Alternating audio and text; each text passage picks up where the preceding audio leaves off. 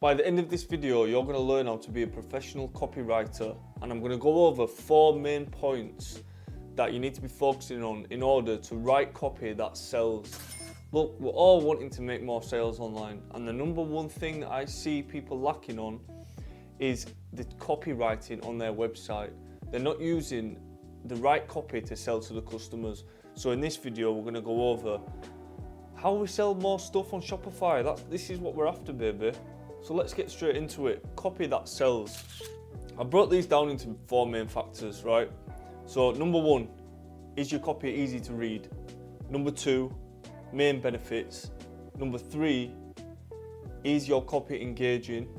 Number 4, customer lingo, right?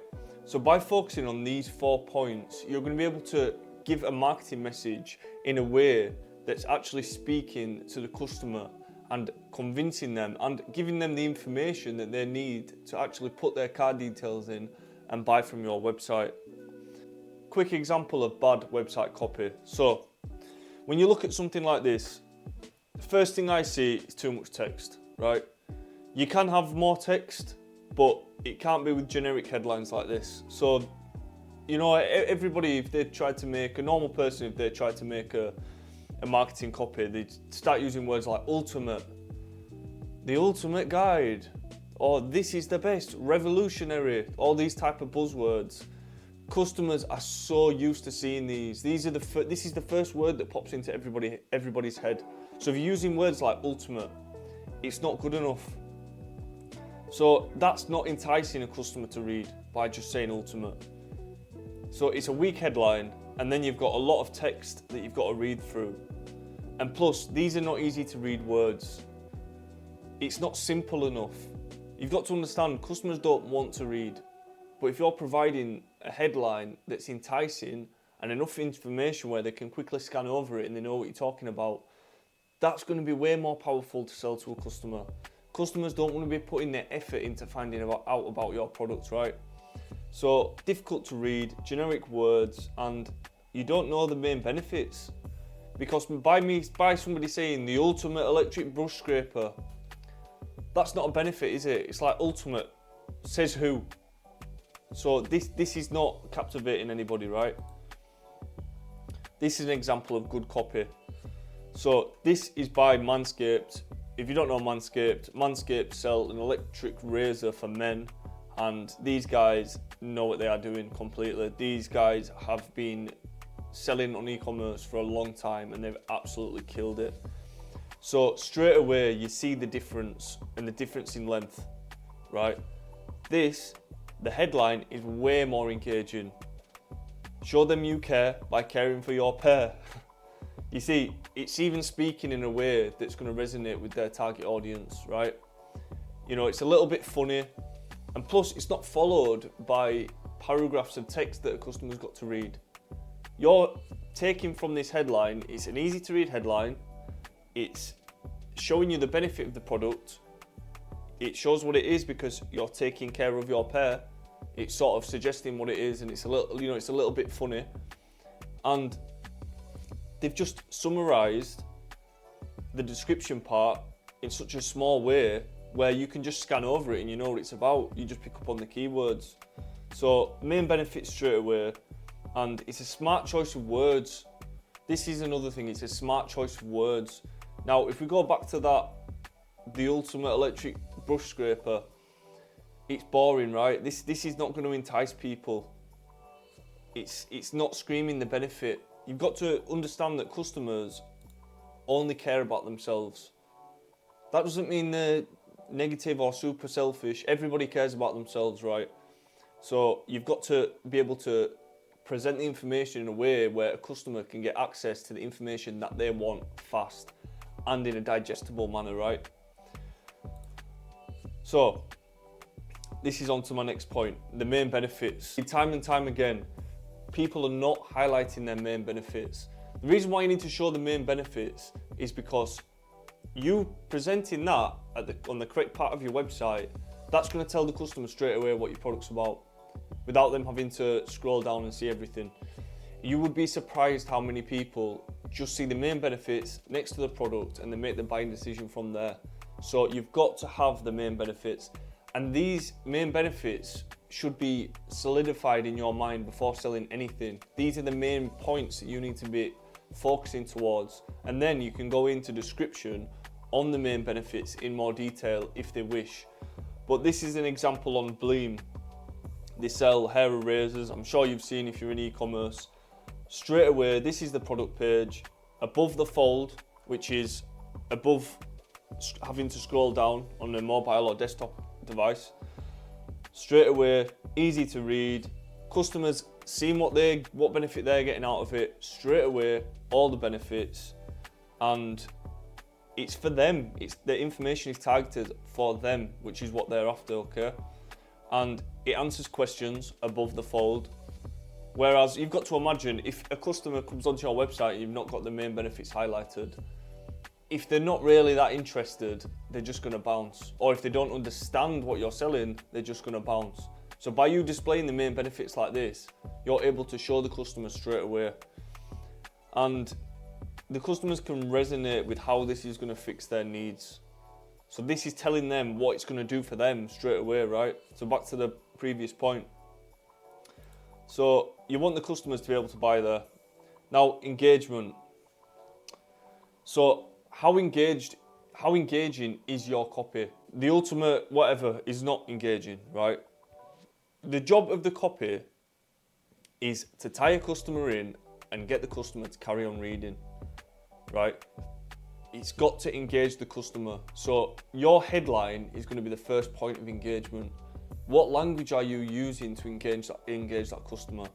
So if you've got a benefit of a product, let's say it's a weight loss product, then are you just saying this product is healthy? Or are you saying lose weight in X amount? Or this person has lost X amount? Or burn 3 pounds of fat each week? Do you understand what I'm saying? These points are the way more engaging to the customer because they're able to see that and be instantly intrigued by that. But if you've got weak copy that's semi-descriptive, it's not going to be engaging for the customer, it's not going to get them to read, and you're going to lose sales like that. So each piece of copy has one job. One job. The headline has a job, and that job is to read the next part. The next part has one job, and that is to read the next part. The next part has one job. You've probably guessed by now, it's to read the next part. It's called a slippery slope. You're trying to get the customer all the way down the slope, but you've got to be providing the customer with something easy to read and interesting information that's packaged in a way that they can resonate with. And you're just trying to get that customer to go down the slope. Because by the time they've consumed all your content, if it's compelling enough, they're likely to buy, right? So just focus on that one job. Now, what you can also do with this is you can open a feedback loop in someone's mind, right? So if you're presenting them with information and the answer is in the next part, and then that's got a question and the answer is in the next part, you're opening a feedback loop in someone's mind where they're feeling like they have to answer the question to close the loop. And then when you take them onto the next part of the copy, you're opening another loop. So this is going to create engaging content because the customer has to figure out what the answer is to that question. This is something that we all do, right? So very important, got to be engaging. Now lingo, this is an example from a company called Liquid Death, and they sell water, but it's not just regular water, it's in a metal can and it's made to look like beer, right? Straight away, opinions from randos. That's a fun way of saying customers, right? But this is language that their customers likely speak in. So they understand that their customers use this terminology and then they're adding that terminology onto their website.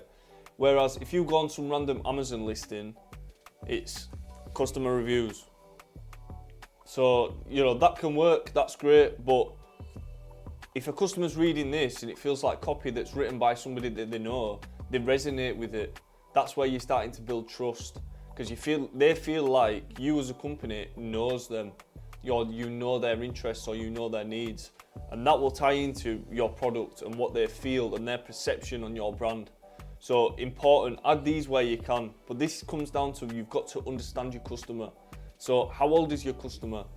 What content do they watch? What gender are they? Where do they go shopping? What are their interests? What language do they speak? What lingo do they use? When you start thinking like this, you can start thinking in the lens of targeting the market of customer that you're trying to target, right? So this when used properly can be very strong because they feel that you resonate with them. Finally, here's some pro tips, right? So you want to be talking with emotion, okay? And I'm not saying start crying, but you want to be talking in a way that's captivating somebody's emotion. So if you can tie something like, if you're selling a environmental product and you can tie something like a charity for animals, let's say, that's going to be an emotional trigger.